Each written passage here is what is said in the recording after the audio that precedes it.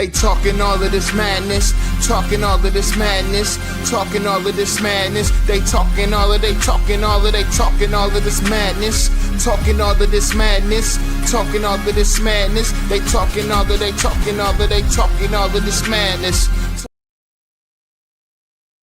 What's going on, everybody? You are watching, you are listening to the Matt Madness Network live on YouTube.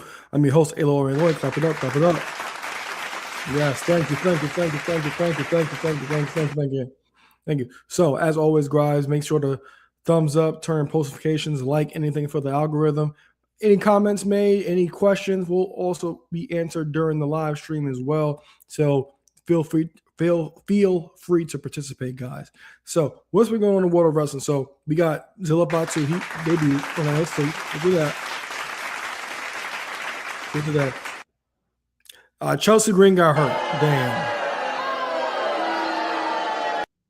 So I made an impromptu breaking news video about that on the other day, and it was not JC James' role in Encore where she got injured. It was during the fatal flaw and Laney Reed would fall on to Chelsea Green's face. So that's what caused the orbital injury for Chelsea Green.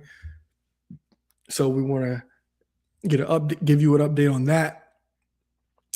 Also, we got there's not really much going on in the world of wrestling. I have not watched anything really other than the content for the stream, and we'll kind of get right into it to get into it with what's been going on. Not a lot, but this is probably the biggest story that we've gotten this past week, and probably what we're really going to get. So we'll go to that right now.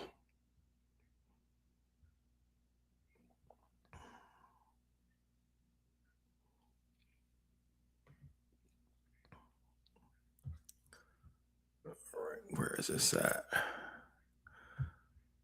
Right here. All right. 3, 2, 1. So Zilla Fatu, the most anticipated member of the Bloodline, has finally joined WWE, but he has not joined the main roster. He has joined NXT to a surprise of us, and it was very.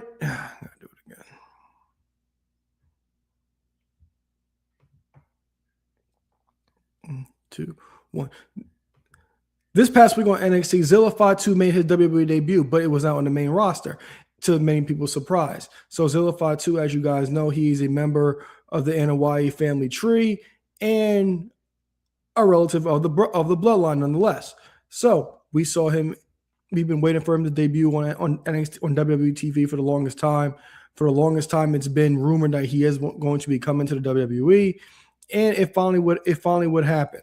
Now, Zilla Fatu last year, he sat down with Chris Van Vliet and he discussed if he would be ready for the WWE at that point in time. And then this will also help us kind of understand him more and what his thoughts on this whole situation were. Fair use. He's a big role in this. As the Bloodline was continuing to grow on TV and WWE, they were adding new members all the time. Your name kept coming up. Your name kept coming up as like, well, it's just a matter of time now before they call Zilla. Were you ready for that call if it happened? No, I thought I was. No, I'm gonna keep it 100. No, I think I still have more time to grow, and I'm still green, man. Still green. I still have a long way to go, man. So I think when the timing is right, and not only that, when I feel right, just like the same feeling I had when, in prison, that I was tired, that I need to change my life. I'm just waiting for that feeling. And once that feeling pops up, that's when I'm gonna start pushing for it. But for right now, I'm just being patient and just waiting, just grinding, enjoying the process, enjoying the journey, and just learning as I go, and always be the student of the game. And I think, time will tell, and I think the fans will, play a big role in that. So I'm just working like WWE never had their eyes on me, and I think having that mindset, I think I'm going to get there. I know I'm going to be there. I think it takes just repetition, and it takes time. And I think where I'm at today, my brand is only going to excel. Is only going to excel because we're just, like I said earlier, we're still figuring it out every day and brainstorming every day. What do you feel like you've improved on the most? Like if we look at a match now versus a match a year ago. All right. So when it comes to that answer by Zilla, I love that answer because, like I said at the top of the episode, the biggest thing is, okay, when Zilla joined the Bloodline, because we know that he's very popular on the independent scene. And it's like, okay, we know he's a part of the Bloodline. We know he's a popular one. When's it going to happen? But his answer was dead on perfect. It was like, look, I'm not ready yet. I'm not sure. I'm not sure. I have a lot to grow, because it is a lot. Being put into that position is a lot alongside Roman Reigns, especially for him being so young. It's not a lot different than when we had Tama Tonga, and all those guys come in, because those guys have a bunch of experience.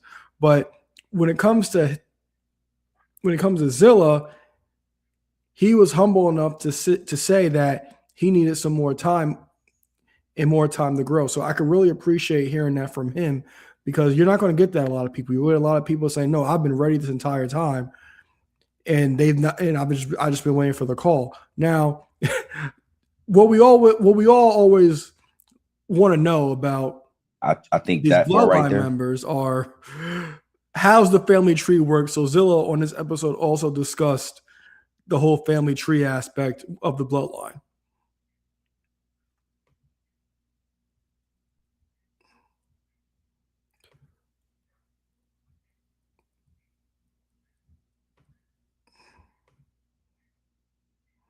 I think we're good. I'm going to go through your family tree right now. Uh-oh, here we go. And I want you to tell me how you're related to these people.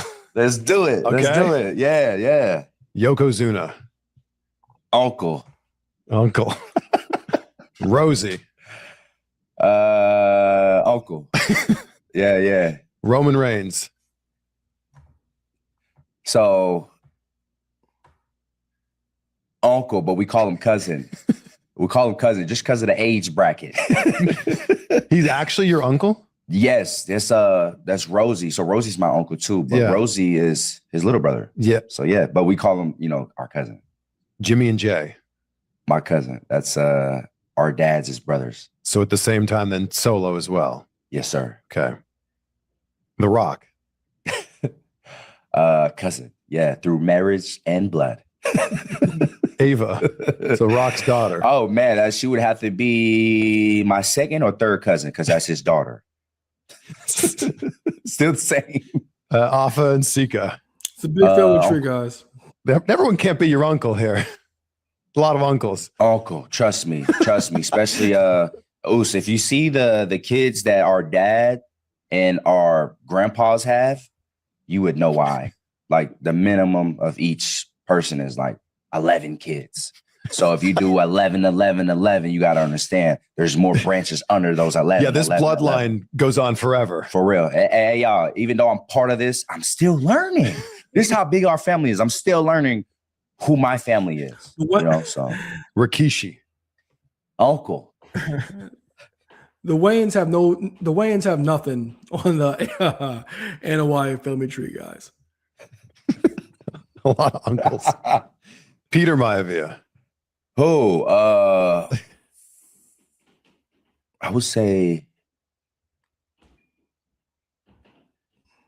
That's Rock's grandfather. so. I would say grandfather, right? No, I don't. If that's Rock's grandfather, then it's probably a Grandfather cousin, some sort of cousin, right? Yeah, something. So I guess Rocky Johnson then is also a cousin. You can consider him, yeah, a cousin or fourth cousin. I don't know. We're gonna have to do a trivia on this. Who else? What about like Naomi? Naomi, that's the sis, man. She's a sister-in-law. That's Jimmy's wife. And So then- that's sis-in-law. Trinity Fatu. There it goes. There's a lot. there's a lot.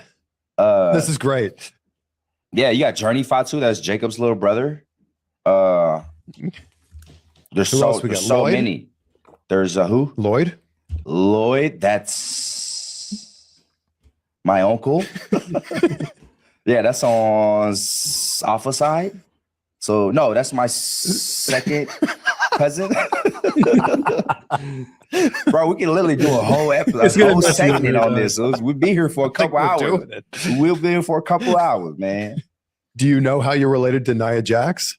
No, I don't. I don't. Can you guys help? Can you help with that? I'm sure if we saw the diagram, Yeah. WWE put it up on WWE Unreal. And it's huge, right? Really? Like the font is so small. All right, guys. So that was Zilla Fatu on Chris Van Vliet. We got his opinion on him joining the bloodline. He said he wasn't ready, and we got some fun out of it about the family tree, how he's related to everybody. So I did enjoy that. Now, as far as him debuting in NXT, I'm very interested to see how that actually goes because, in my opinion, NXT, they have really not had a lot of star power in the last few months, especially with all the top stars departing around WrestleMania time. So NXT, Tony D'Angelo's at the top right now. They just signed Cruz Montana, but are those guys enough to move the needle for us? For me personally, it's not. And I think they need something fresh. And I think Zilla Fatu is a fresh face that you could put in there. And I'm looking forward to see what he's actually going to do. You know, he made an immediate impact. Everything he did seemed to be great. In the debut, he even said to Tony D'Angelo, "I'm gonna need that." So I'm looking forward to seeing what we're going to get from Zilla Fatu. And of course, the ultimate troll, Grayson Waller. Of course, he had to bless us with probably one of the best tweets. Just what WWE needs, another overrated ooh. So Grayson Waller has been on fire. Grayson Waller is always a good person to actually get a laugh out of. So let me know what you guys think in the comments about Zilla Fatu and his role in NXT. Are you excited to see him? Did you want him to come up on the main roster? Let me know what you guys think in the comments. All right. Technology, guys. Gotta love it. All right. We got that clip taken care of. We get rid of that. All right. What's up, guys? Everybody watching. Appreciate you guys. All right, let's get this ready right now. Share screen.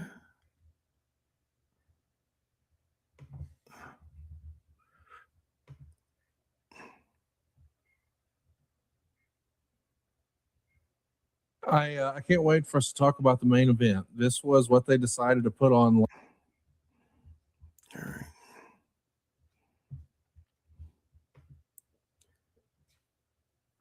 Oh my God, technology today, guys. YouTube is acting silly.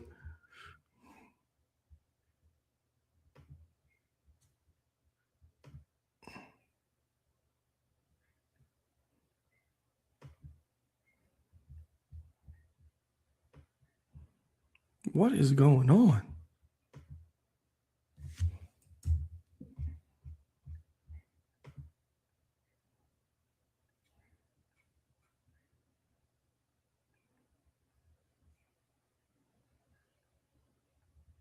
I can't wait for us to talk about the main event. This was what they decided to put on last for both nights. It's Seth Rollins and Roman Reigns. It was the longest match of the weekend. They went 33 minutes and 33 seconds.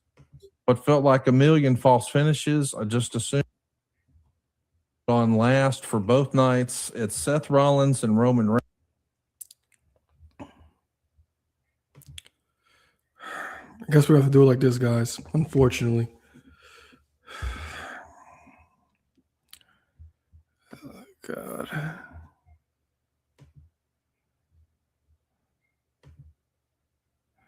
Got it. Thank God. All right. Speak for the working man.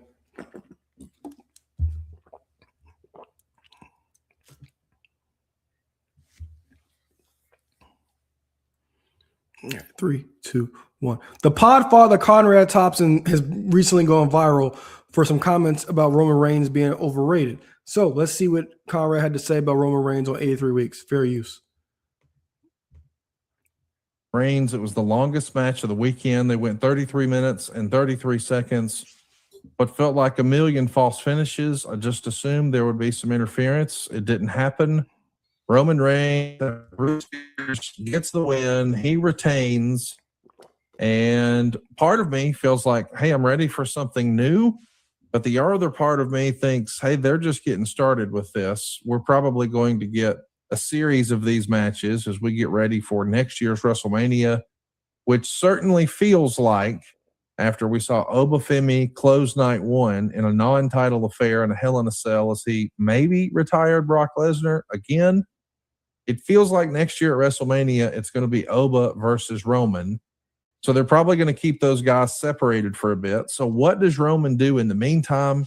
Is it more Seth Rollins? And would you be for that after the match you saw tonight? And mostly, what did you think of the match? It wasn't a bad match. It was a good match. It was a great match in some respects. But it didn't do much for me. I mean, maybe because I'm just kind of over it. It doesn't feel compelling in any way. It doesn't grab my interest for any specific reason. I don't feel like if I fail to engage in that story that I'll miss anything, because I've kind of seen a lot of it, variations of it. So unless there's an element that can come out of this matchup shortly that makes it really more interesting, for whatever reason, that's the challenge. Come up with a reason to make it feel unique and compelling. But unless they come up with that, I know they're both great wrestlers. I know a lot about them. I just don't know anything new about them. So I really don't care about it. Hopefully they can make me care. I'm going to give you a hot take that's going to annoy you and probably piss you off, but here goes. So I think Roman. So before Conrad gives his controversial take, the Roman Reigns Seth Rollins match, yes, it is 11, 12 years in the making. Did we learn anything about these guys? Knew about these guys? No, as Eric Bischoff said. But it was something that had to come to an end, and I thought the match was fantastic. I thought it paid great homage to their 12-year run. So let's continue to hear Conrad out. Reigns is probably the most overrated main eventer in WWE history. Like, I know this isn't a wrestling term, it's a music term, but Roman Reigns is what music would call an industry plant. I don't think if Roman Reigns disappears tomorrow, WWE's fortune changes at all. I think, they pushed him so hard against the grain. Down our throats is the phrase that Triple H would use about why they're not pushing Braun Breaker. Well, they pushed Roman down our throats forever. We had a good storyline with the Bloodline, but now that the Bloodline is it feels like it's into its black and silver era of the NWO. Hold on, it's kind of like it was a fun moment. We're gonna give Conrad flowers for that one because that is 100% true. I've been on that all year. So we're gonna give Conrad for that part. And we're going to break down what he says piece by piece. But it's time to move on. I just don't know that there's any really, truly fanatical Roman Reigns fans. Like if they booked Roman the way they do Punk or the way they do Cody or the way they do anyway, I just feel like he has we've been conditioned to believe he's the top guy, but there's no real reason. I don't know that anybody could say, here's my favorite Roman match or here's my favorite. When people talk about their favorite match ever, how many people list a Roman Reigns match? How many people list their favorite promo ever as a Roman Reigns match? And it's not like he's doing the world PR tour and doing all the heavy lifting like they have a Cody Rhodes or before that, a John Cena doing. He just flies in, takes 12 minutes to get to the ring, wrestles kind of the same match, does it really, really slow, gets his hand raised, and he moves on. He's Goldberg if Goldberg worked more than 10 minutes. All right, all right, Carl. We gotta hold on, Conrad. We gonna get you for that one, Conrad. No, we gonna get you for that one. Shut up, bitch. Yeah, Conrad. You deserve that one for that. Don't you ever. Don't you, Conrad. Acknowledge me. Thank you. Let's continue. Okay. Well, how I about mean, that? I know that's not what you're expecting, because apparently people think that I support everything WWE, which is clearly not the case. But yeah, I give an honest opinion, and I look at things from a business perspective, which probably puts me on the WWE side of the equation for obvious reasons, because they're doing really, really well. But there are things like this that I just shake my head at. You know, it's funny. You know how much I put over the Bloodline story. I, to this day, in this moment, I believe it's really one of the best stories that have ever been told in wrestling. Yes. For a lot of different reasons, but it'll never have the impact of the NWO for a variety of other reasons. So you can't, because of that, you can't really compare them, is what I'm trying to say in a long-winded way. But like the NWO, which yours truly, you know, I nosedived it by, you know, growing it too big, and the, you know, the red and white, and the wolf pack and derivatives of the original NWO, too many guys into it, diluted the significance of it. Okay, you got me on that. I did that. But because I did that, because it's so obvious, why is WWE doing the same thing? Like, wouldn't somebody say, hey, remember when Bischoff did this with the NWO, and you did all, you know, you did this, you did. If there's not a, now, if there's a compelling story, here we go again. Fucking compelling stories, always at the root of all disappointment and evil. If they can come up with a compelling story that makes it feel new, I'm in, because we know that the creative team has the ability. We've seen it before. They've demonstrated their prowess. So we know it can happen. Doesn't happen every time, but it can. The potential's there. And if they come up with a great story, they can, because the potential's there, and make that feel fresh, boom, I'm in. But if they keep doing what I did, which is riding it till it dies, essentially, people will reflect back on the Bloodline storyline and have a less favorable opinion of it. Not because it wasn't a great story that achieved all the things that a great story needs to achieve in order to be considered one of the best stories that have ever been told. Achieved a lot of those things, if not all of those things. But it's kind of like a fighter that just refuses to retire and goes out there and gets manhandled by somebody 25 years younger. If they would have just stopped 2 or 3 fights earlier, they'd be legends. Now they're footnotes. And that's what will happen to the Bloodline story if they don't come up with a way to either make it more exciting and interesting and live up to the expectation that they've already created with the audience. People like yours truly, I have an expectation. It's your fault. You got me there before. Now get me there again. If not, leave it alone. Come up with something fresh. Go a different direction. So I agree. Yeah, I mean, I can't believe that you agree with me, but I do want to ask you, this is a fun exercise. As a reminder, since we're just getting our heat, I'm getting buried in the comments. Keep them coming. I appreciate it. I know it's a hot take. I've thought it for a long time. I finally said it today. As a reminder, and I want to say this in a loud and clear voice, no one gave a shit about Roman Reigns until he shared the screen with Paul Heyman.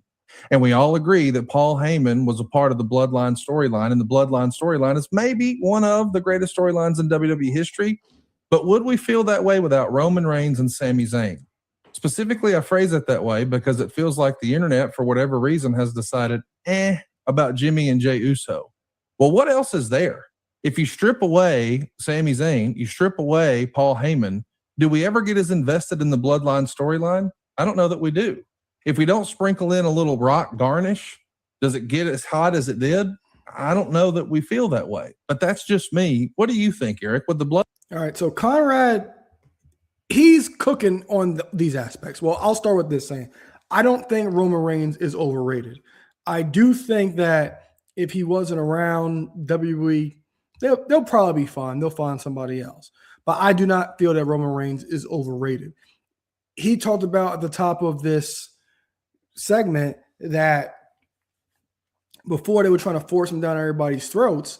Now, at that point, it's like, I thought he's underrated because we got these wrestling fans, especially around the era where Roman was taking over. We got these wrestling fans. It's like, if you don't have some indie resume around like the 2015, 2014, 2015, 2016 time, if you don't have some like indie resume, then you weren't valid. And we always talked about on this show, because this show's been around for 10 years. We talked about all the time, like, yeah, I love how The Rock had this big, huge indie career. You love The Rock, and things like that. You guys, like all these people who had these big, who so quote unquote had all these big indie careers, and look at the guys that we got in the position WWE right now. So Roman Reigns was growing up in that era, because like that's when the independent guys started to come in, especially to NXT. Shinsuke Nakamura, Johnny Gargano, Tommaso Ciampa, AJ Styles, all these guys, they quote unquote paid their dues, worked TNA, worked Ring of Honor, worked independent circuits. But Roman Reigns, people, I remember going to WrestleMania 33 in Orlando, and we were in some pizza shop, I think, and we were standing next to this guy, and this guy was saying, I think the reason Roman's not over is because he wasn't on the indies. And this was like, wait, what? Are you serious? Like, what? Like, I didn't say it, but we're just like, huh? Like, there's things that come out these people's mouths. But like I said, if anything, I would say Roman's underrated, because people didn't like him because he was shoved down his throat. But his performances were still great. But when he became the tribal chief, things did get taken to another level. And Conrad is right about this too. The Usos at a certain point in time, whatever. Did people look at Roman Reigns the way they look at Roman Reigns now before Paul Heyman? Absolutely not. And the whole Sami Zayn aspect of it, that added another layer to the bloodline, because what the bloodline became was a weekly episodic story, and there were things going on with the and then that's when Roman Reigns would begin not to show up a lot, and he deserved every second of that, not to show up, because he was champion for so long. There's but so much that he was able to do. So him not being on TV was validated and better for a storytelling perspective. But the Sami Zayn aspect of it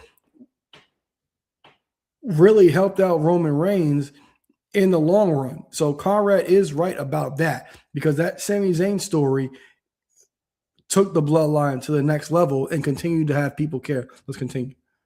Bloodline storyline have worked as well without Heyman and Sammy. Well, definitely without Heyman. He was the glue. He was the catalyst. He was the glue, and he was the propellant.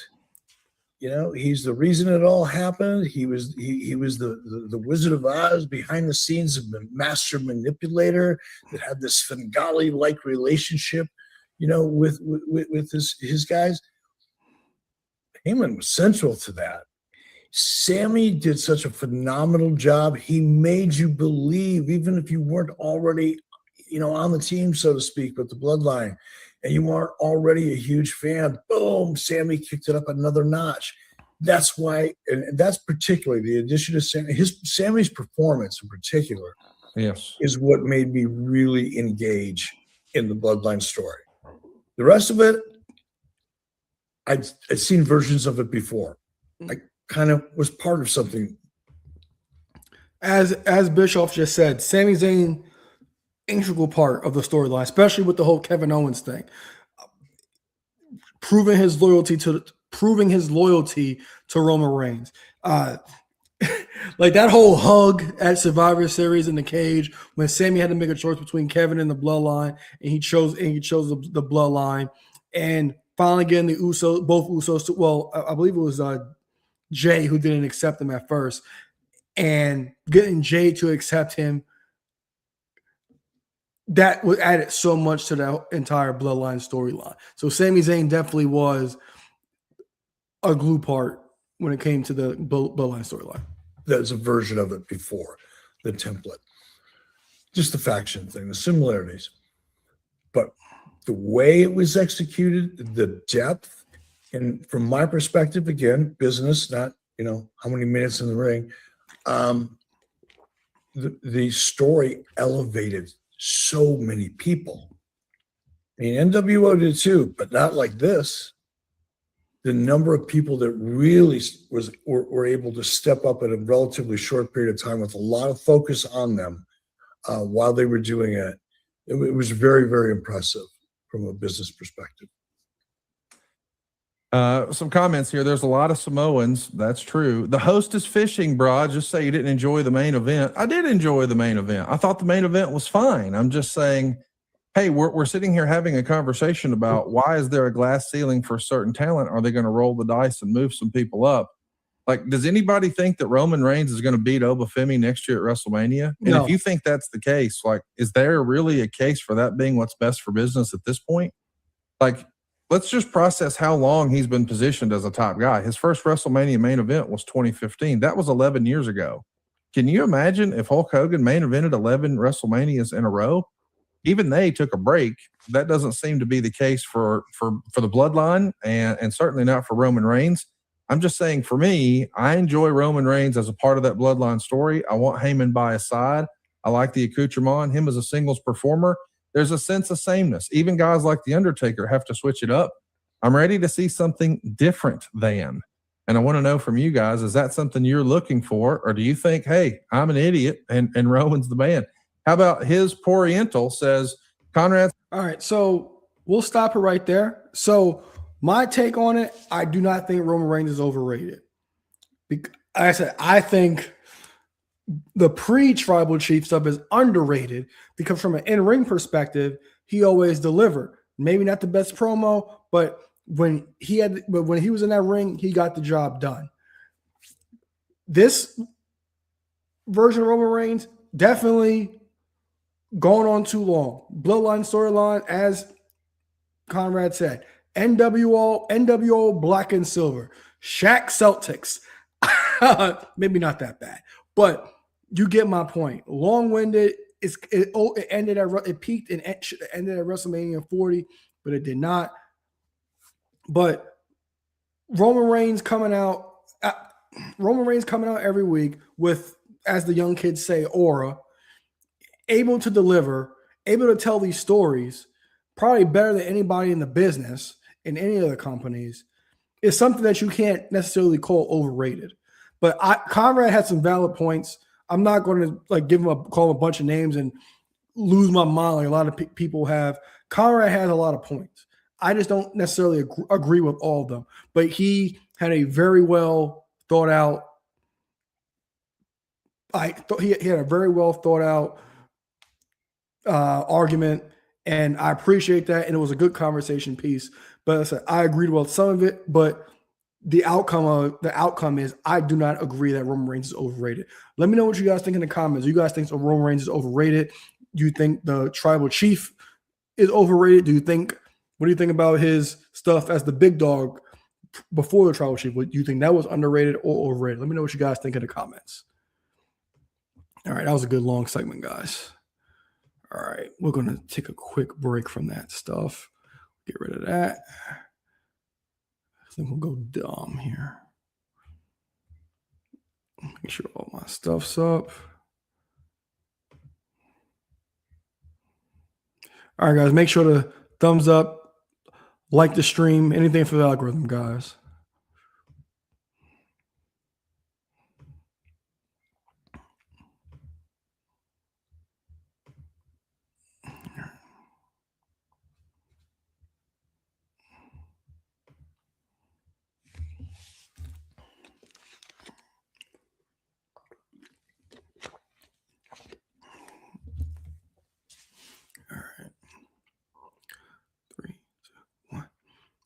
Who did Dirty Dom piss off? Dirty Dom, he was eliminated from the tournament to challenge Roman Reigns in the Mexico City edition of Raw, eliminated by Dragon Lee. And I recently caught AAA, his promo on AAA, and I've watched some stuff as well, and the presentation of Dom is night and day.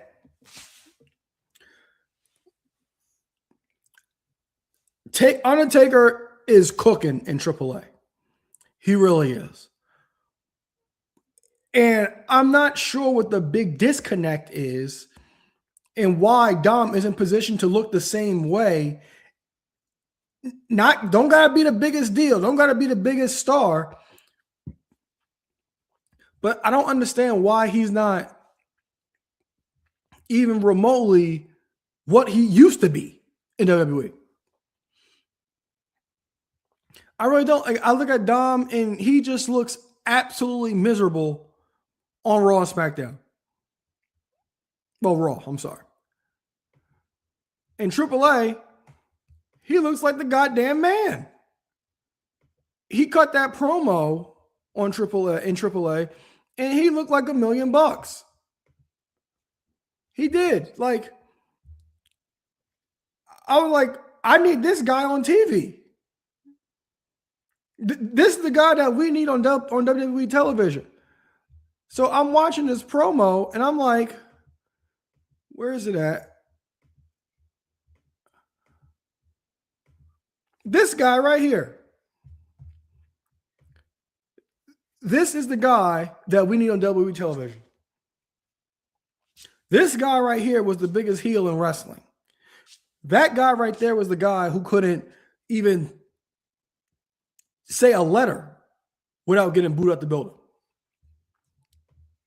But what has happened? Who did he piss off?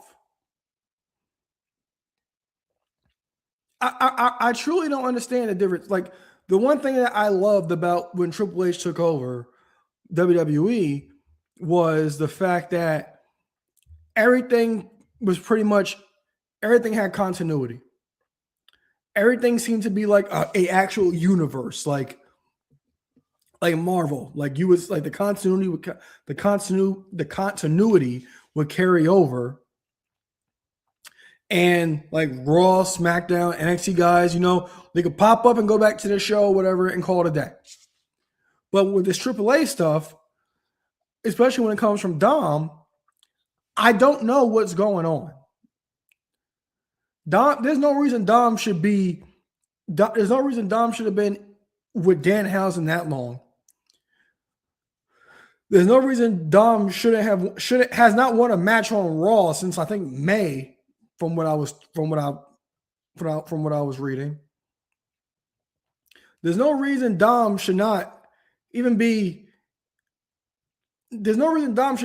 like an afterthought on Raw. Dom beat John Cena for the IC title. Dom was the biggest heel in the company just a year ago, and now he just looks sad. And then he goes to AAA. He looks like a star. What did this man do? Honestly, like, who did he piss off? Like, what is he doing I don't understand what is going on in creative. I really do not know, because there's no reason that this man should be in this position that he's in right now. You can't, like I said, like, Triple H cannot be this bad at booking. There's something else going on with these higher ups, because up to maybe sometime last year, Triple H, I thought, was doing a bang up job. I've criticized him when he's needed to be criticized, but the past calendar year in WWE has been absolutely awful. It really has. And this guy right here, one of your cornerstones, you guys are booking like absolute shit. And there's no reason, and there's no explanation for it or nothing. There's no reason that he should be losing to Dragon Lee in the first round of a tournament to challenge Roman Reigns in Mexico. No reason at all. He's a AAA champion. He should at least advance at least to the finals to lose. What's he a AAA champion for if he's not going to be able to go far to represent the company? Let me know what you guys think in the comments. Let me know what you guys think about what's going on with Dom. Let me know what you guys think about Dom's booking in AAA. Let me know what you guys think in the comments.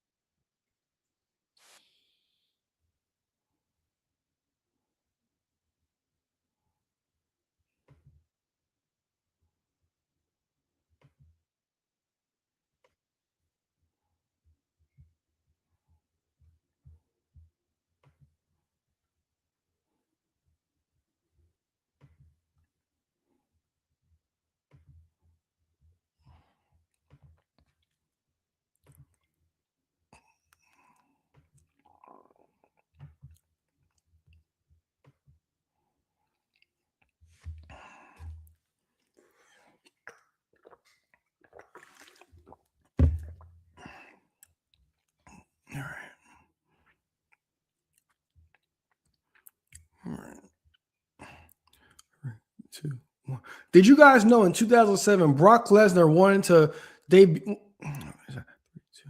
Did you guys know in 2007 Brock Lesnar wanted to join TNA, but it didn't happen? Let's hear Jeff Jarrett talk about it. Fair use. But there's been new life breathed into this. Kurt Angle on his podcast like 3 years ago shared a story that Brock Lesnar once upon a time was interested in coming to TNA. And then last week, Scott D'Amore over at Uncrowned actually wrote an article about this where they discussed it. Here's exactly what Kurt said on his podcast. Brock called me and he's not in the WWE. He said, listen, man, can you get me in TNA? I probably shouldn't even be saying this stuff, but you know what? Brock doesn't care. He said, hey, what are you making? And I told him what I was making. And he said, if you can get me that, I'll come. I approached TNA and they said, no, we're not going to give him that kind of money. So it was amazing because I think TNA at the time, I think they were at the top of their budget, but they couldn't give any more money out. You know, I was making a lot of money. Sting was making a good bit of money. And then you had a bunch of guys on the roster. TNA, you know, the Carter family funded it for a long time. And then TNA started making their own money, but it just wasn't enough to bring in another guy for 7 figures a year. I just don't think they were capable of that. And then Scott D'Amore chimed in on this and said he remembers these talks in 2007 because he was actually a producer for almost all of Kurt's early matches in TNA. And he came to Scott and said Brock wanted to come over. Obviously, Kurt was very excited about this, and it would have been huge and maybe even a trajectory-altering signing for TNA. That's the way Scott felt about it. Scott says he passed the information on to Dixie Carter, who owned TNA at the time, of course. But as you already know, it didn't happen. But it is a huge what-if, not just for TNA, but one for Brock Lesnar. If TNA had put him on a big contract in 2007, would he have still debuted in MMA that year? Would he have felt the need to go fight in the UFC in 2008 and usher in a new legion of fans for the UFC? Maybe we'll never know. So that's what Scott said. That's what Kurt said. You were there. What can you tell us about this? What do you? So Brock Lesnar debuting in TNA would have been I'd say it'd be a big deal. At the time, I was probably about I was 16 years old, and we hadn't seen Brock Lesnar since 2004 when he left at WrestleMania 20 and after the match against Goldberg. So for me, I know later on I will learn Brock Lesnar had been wrestling in Japan, but for a lot of fans like me who weren't sure what Brock Lesnar was doing and hadn't heard the name since 2004, seeing Brock pop up in TNA would have been huge. It would have been, because if you guys weren't watching, but TNA, they had some of the best. Well, we all know, we all love these guys now, but in 2007, when TNA was around, they had up and coming stars, and I talked about Samoa Joe. 2007 TNA Samoa Joe was goated. I'd prefer that Samoa Joe against Brock than the Samoa Joe we got in 2017 that fought Brock. Samoa Joe in TNA was a talk of one of the biggest talks in the world of wrestling. And that would be something interesting to see. But also the fact that nobody's really seen Brock Lesnar in the public eye in 3 years at that point would have been a big deal for TNA. So let's continue. Remember, if anything. So 2007, right? Yep. Spike, what would be on about a year. And it's funny how, all due respect with Scotty D and Kurt, and I get it, that's their version. And yes, it was absolutely brought to me. I'm almost positive Scott brought it to me first. And then I think Scott took it to Dixie. Kurt came to me and to Dixie and really given the hard sell and everything. And Dixie came to me, hey, all this kind of stuff. And look, we had just started making profit and all this kind of stuff. And I said, okay, Dixie, here's, I mean, it's great. I would absolutely love to have him, but you're here. I want you to make sure you're hearing what you're hearing. He's still going to UFC. It ain't either or. It's not an option. So well, let me give you some context on that. He did debut in MMA in June of 2007. Now, that was for K1. So at any point when you guys are having this discussion, he's already decided that he's going to try this, and he's got a contract with K1. I don't think yet at this point, and again, I don't know when the timeline was officially happening here, but it is 08 when he debuts for UFC. So 07, he's still going to be in MMA, but in K1, which is, obviously out of Japan, but they ran that big show at the LA Coliseum, and he fought like a 7-foot Japanese guy or Korean guy or something and just manhandled him. His ass. Yes. Yes. So anyway, I didn't mean to interrupt you, but I don't know for sure that UFC was on the horizon, but MMA was for sure. I don't think it was, but I know he was dead serious about this. And Yes. Kurt giving me, this is what Kurt, he won't tell. And so, look, we had just started making money. And I said, Dixie, you don't have, look, this is very simple to me. Hell, you don't have to ask me once. I'd love to have Brock Lesnar. Do you think your dad is willing to stroke a check of 7 figures? She just looked at me like, you're out of your freak. I said, then what are we even talking about? And she goes, I know. And I'm like, look, by design, Kurt has committed, and we had a lot of dates on Kurt. Kurt, to his credit, all due respect, I mean, he went, there's nothing Kurt wouldn't do. He dove in, worked his ass off. I think some of his very, very best matches of his entire career are in TNA. And he kept hard selling me and Scott a little bit. And I said, hey, Kurt, here's the reality. Are you willing to take a pay cut? If you want him this bad, and we have finite, are you willing to take a pay cut to get him in here? Yeah, we know I nobody's never heard going another freaking word about Brock Lesnar from that point. We know nobody's taking a pay cut.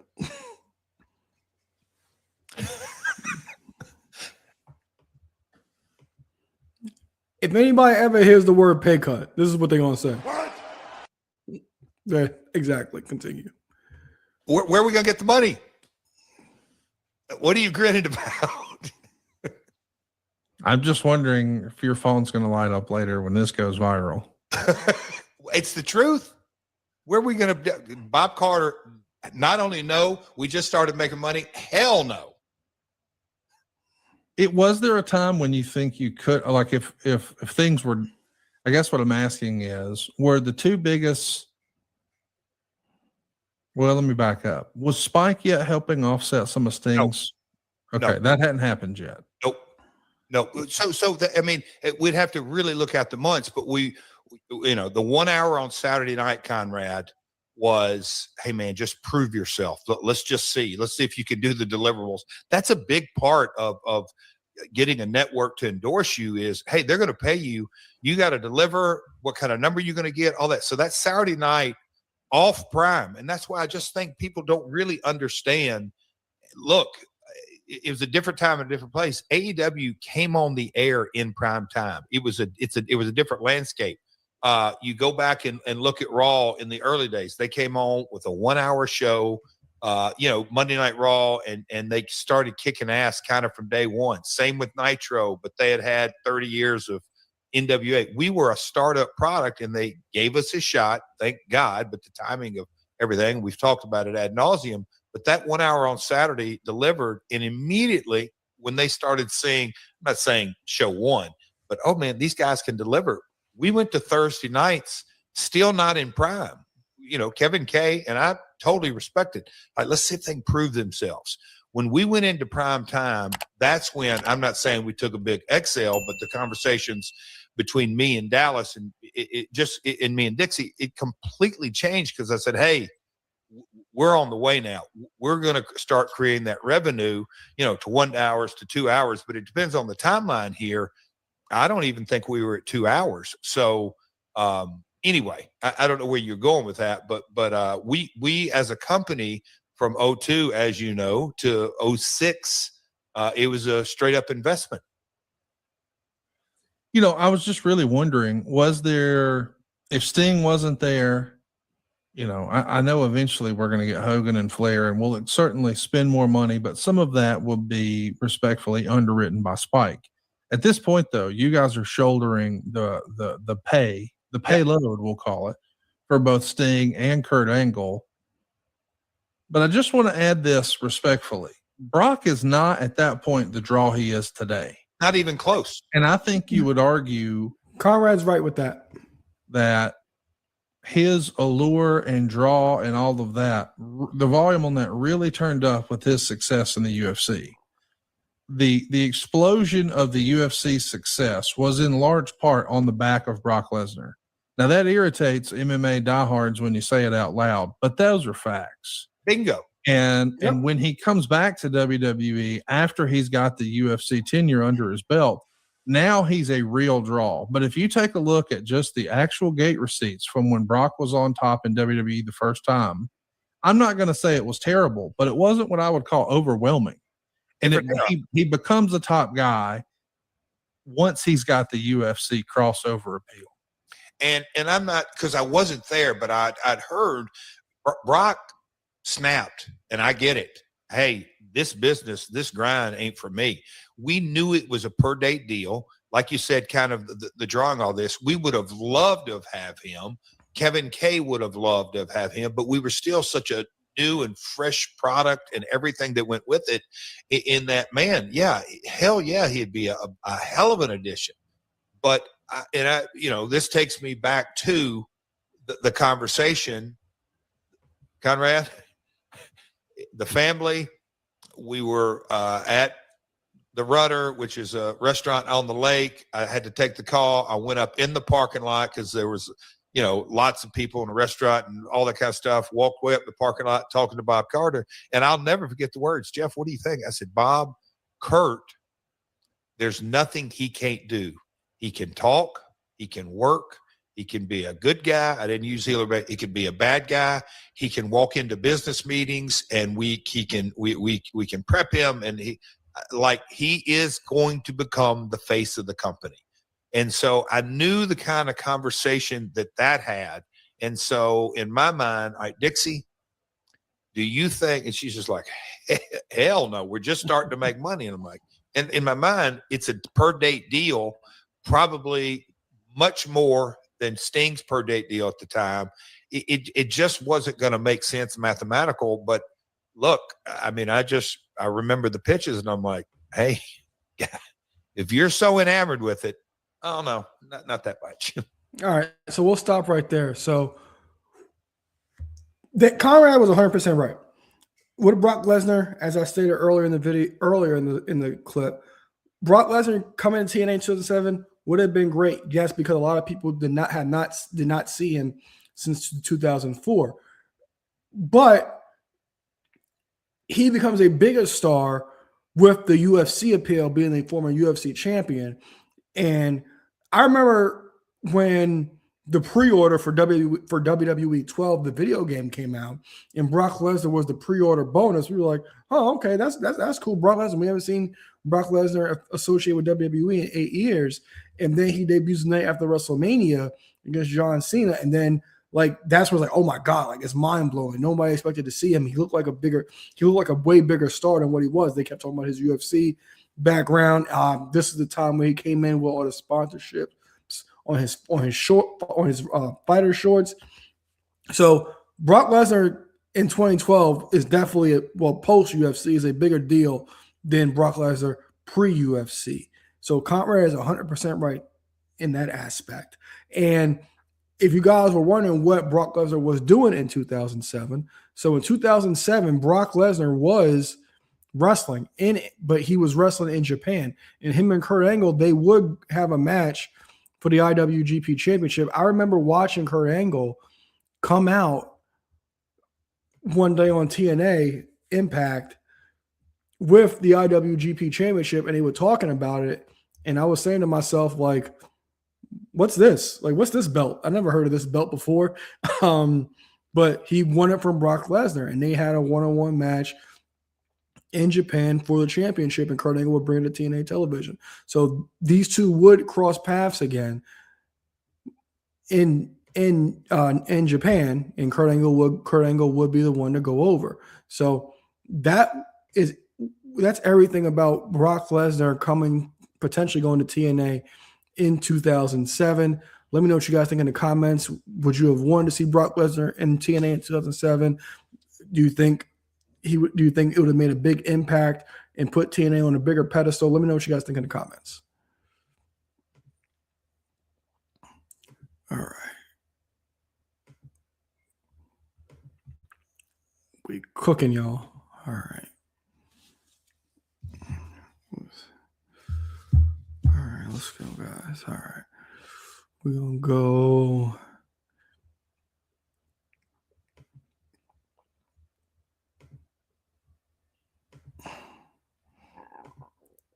Tiffy. All right.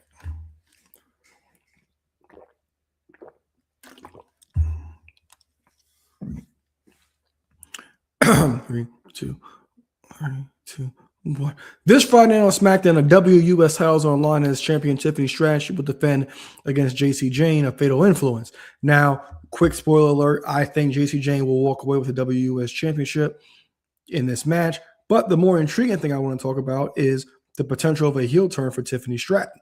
I think Tiffany Stratton is the perfect person to turn heel, and I think she will turn heel on her BFF, Chelsea Green.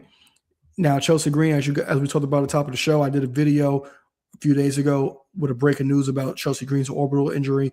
It was from the fatal flaw from Fatal Influence. Lana Reed will fall on Chelsea Green. But we were just discussing what would be the deal for Chelsea Green as well. And at the moment, if she can go, her first feud seems to be Nia Jax. But in the long run, the best bet, I think, for her would be Tiffany Stratton. And Tiffany Stratton is somebody that we all love. Tiffany Stratton is one of everybody's fan favorites.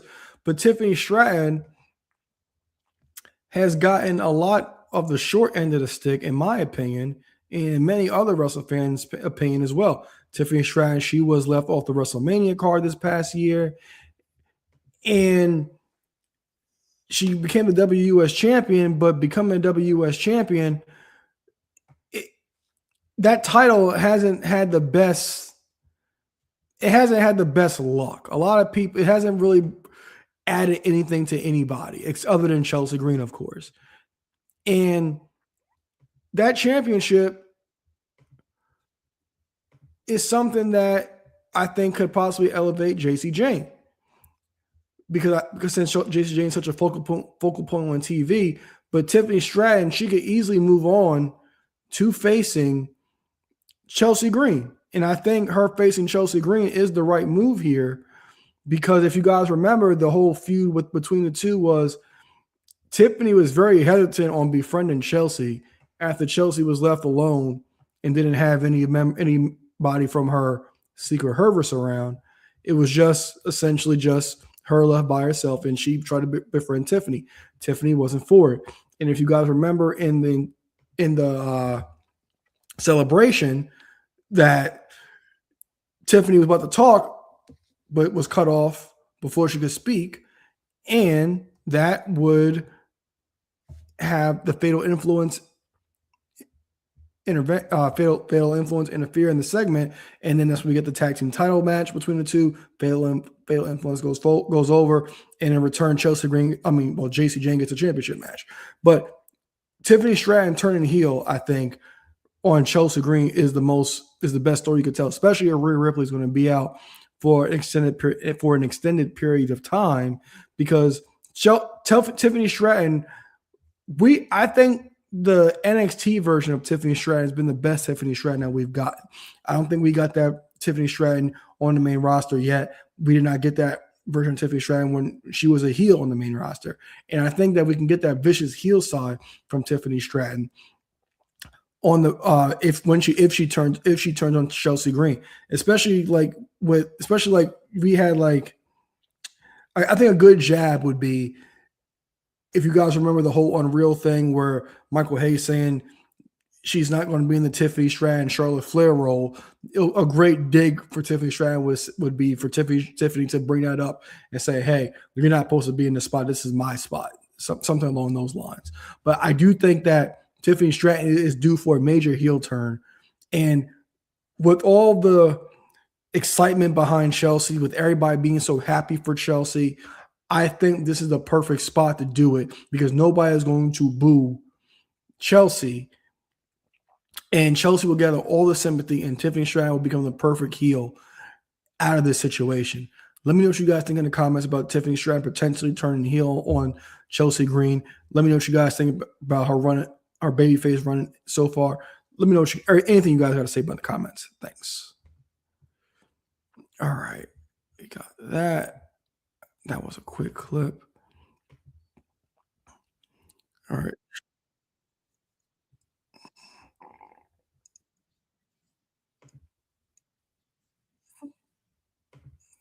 All right, we'll do Charlotte. We knock Charlotte out. Removes. All right, we're cooking, y'all.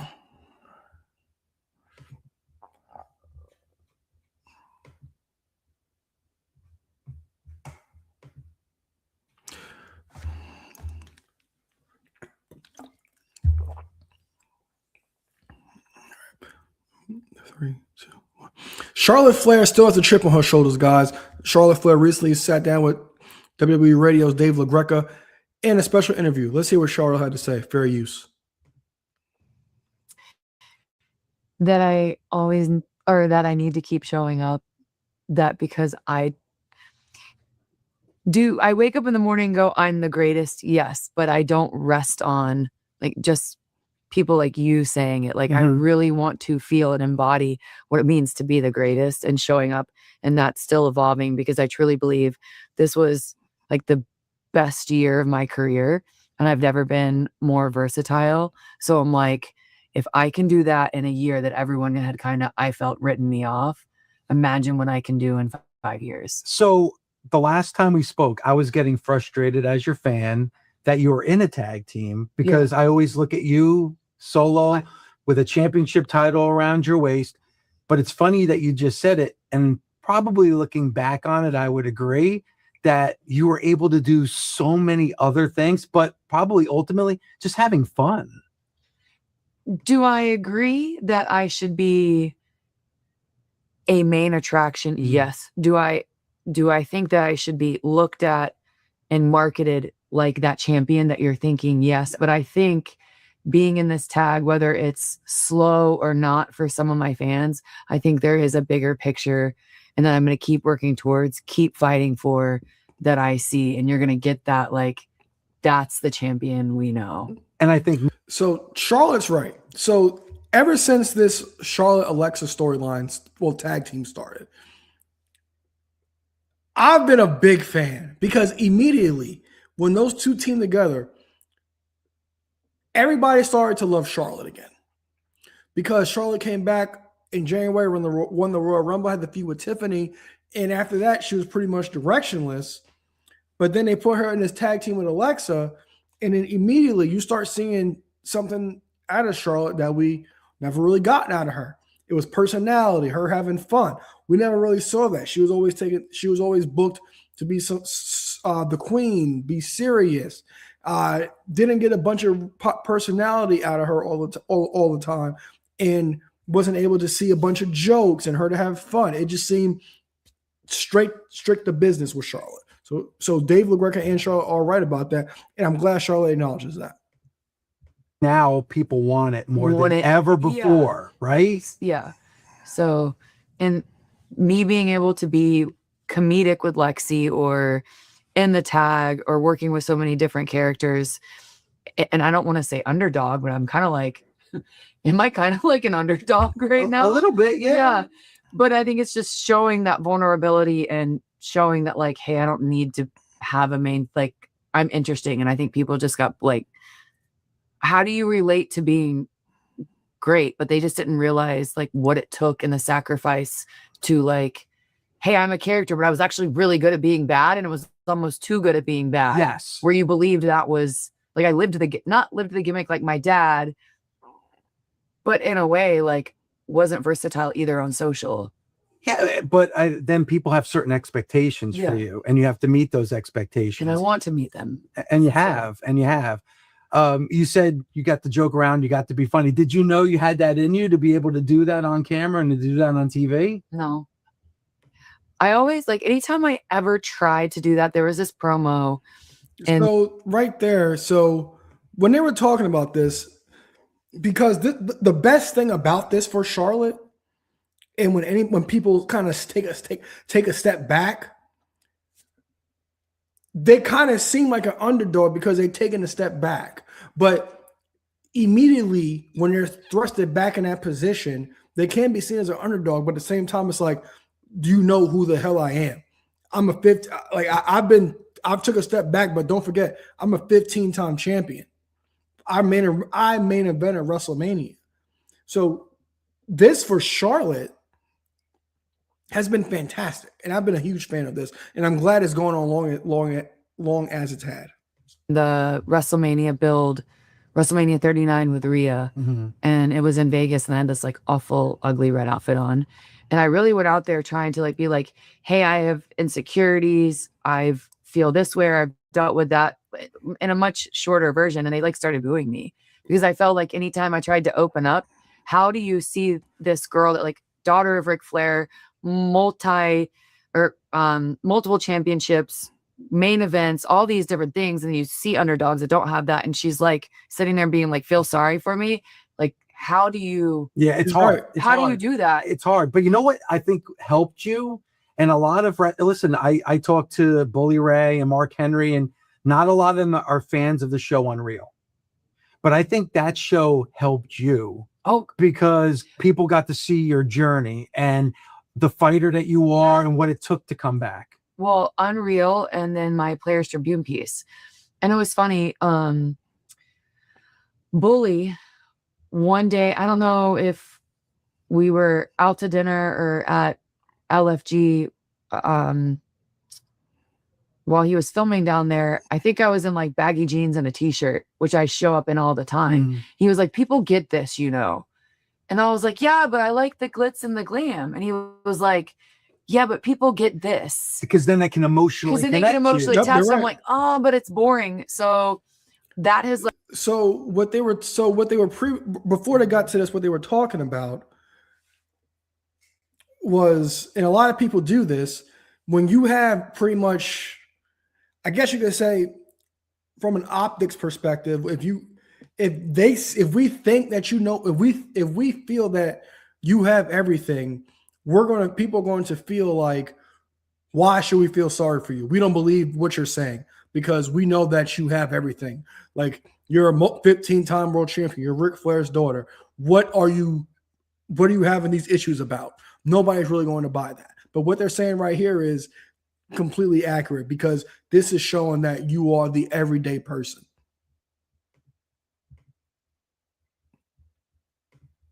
like really stuck with me.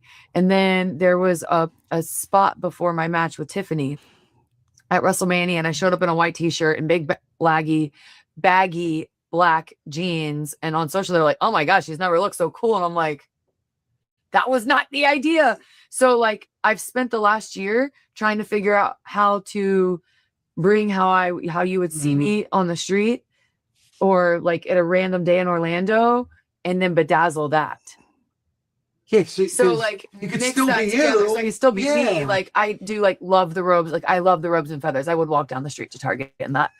But like in the last year, I've also figured out how to do that in Charlotte's way of doing. It's a that. balance. It's a balance. It's a balance. And you know, a lot of people, and you've talked about like Cody, and that Cody, like he's always got the suit on, and I wish he would just come in with a jeans and a wanna see t-shirt. him in the suit, though. But I always said, but that's him.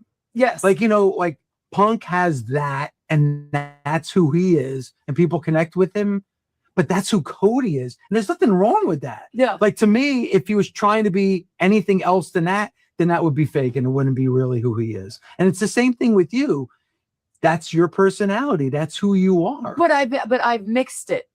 I've now been able to Yeah. mix it, I think, throughout the tagging and the other, like the fun. You see more fun, like just not in diamond suits and robes. But like- still, the road. No, but like, so like this is bedazzled, yeah. or like you'll see the denim bedazzled, but then you'll still see you see a little mixture. Yeah. So the balanced part is it's what makes you normal. People can relate to that because most people, 99.9% of the time, this is not balanced, but you guys get what I'm saying from this. 99.9% of the time, we might be work clothes, hair not cut. Ladies, your hair might not be done, nails not done, etc. But that 1%, boy, or balance. Go out with your friends, go out with your spouse, date night or whatever, or on a regular day, you're just in your normal regular clothes, whatever. Completely relatable. I thought this was a great interview with Dave LaGreca and Charlotte Flair. Let me know what you guys think in the comments about Charlotte Flair's run over the last year with Alexa Bliss. Let me know if you got that this has changed your opinion about Charlotte Flair. Let me know what you guys think in the comments. All right, one more story.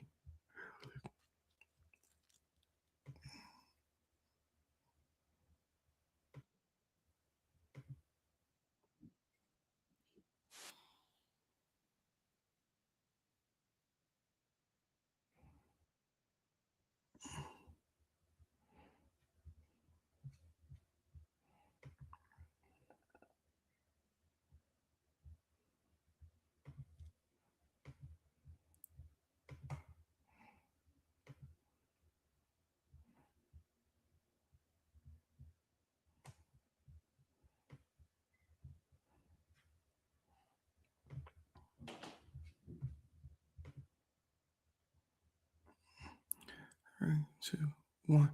Power Rangers and wrestling cross paths yet again, guys. This time by the power of AI. Let's check it out.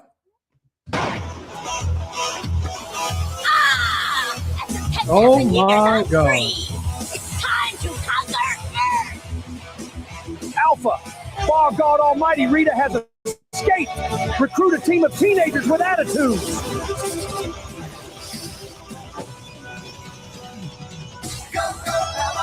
Oh my God. All right, so Austin as Jason Lee Scott. Where's my bump? Where's my noise for that? Where is that? Oh. Give me a hell yeah. Perfect casting. What?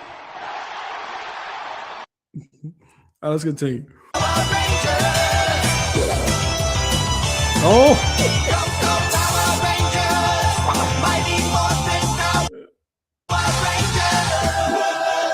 Not China.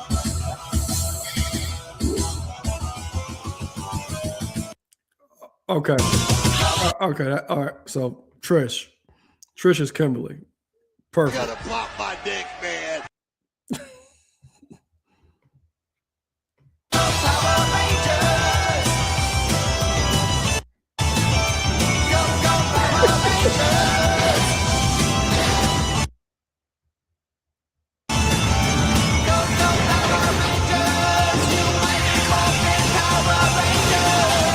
All right. So the fun thing about this is this creator has made an episode 1, and I have not watched it. So we're going to react to this together, guys.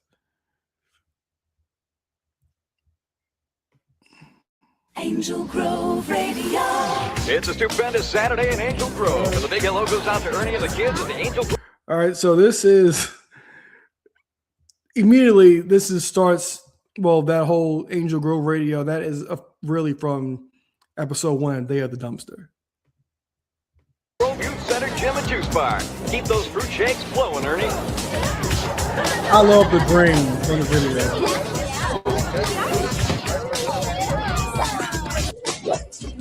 You ready for this karate contest? Stop, sucker! Oh. What are you doing, Zach? Stop, sucker! What the hell was that? Take that! Oh my God. Stop. The stop sucker. Tell me you did not just say that. All right, let's keep it going. Whoa! Hey! That's what you get, sucker! Man, you cheated! Come on, Zach. Up you go. Ugh. You got to practice more at karate class. Practice? You cheated. Cheated. It's called skill, son. Fine. Maybe I do need more practice. That's the spirit.